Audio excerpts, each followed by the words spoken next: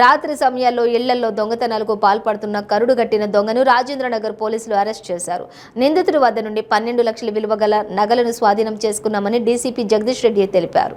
మనకు Shankarpally police station పరిధిలో ఒక హెచ్బి బై డే అంటే డే టైంలో మనకు లాక్ బ్రేక్ చేసి ఒక మేజర్ గ్రేవ్ అఫెన్స్ కావడం జరిగింది.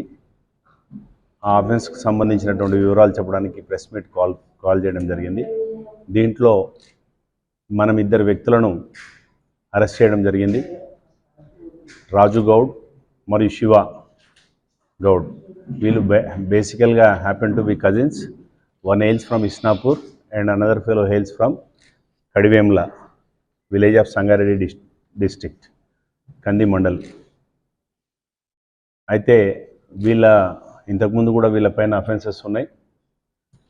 వీళ్ళకి సంబంధించినంత వరకు మనకు లభించినటువంటి టెక్నికల్ ఎవిడెన్స్ అనుకోండి, అదర్ కొరాబరేటివ్ ఎవిడెన్సెస్ మీన్స్ మీద మనం వీళ్ళిద్దరిని అరెస్ట్ చేసి వాళ్ళ వద్ద నుంచి దాదాపు 19 తులాల గోల్డు, 16 తులాల సిల్వర్ మరియు 2 వాచెస్, ఒక బైక్ కూడా స్వాధీనం చేసుకోవడం జరిగింది. సో టోటల్ వర్త్ ఆఫ్ 12 లక్షల రూపాయల వర్త్ మనం బరామదు చేసుకోవడం జరిగింది వీళ్ళ వద్ద నుంచి. ఇప్పటివరకు వెళ్ళినాయి 4 అఫెన్స్లు వాళ్ళకు సంబంధించినంత వరకు.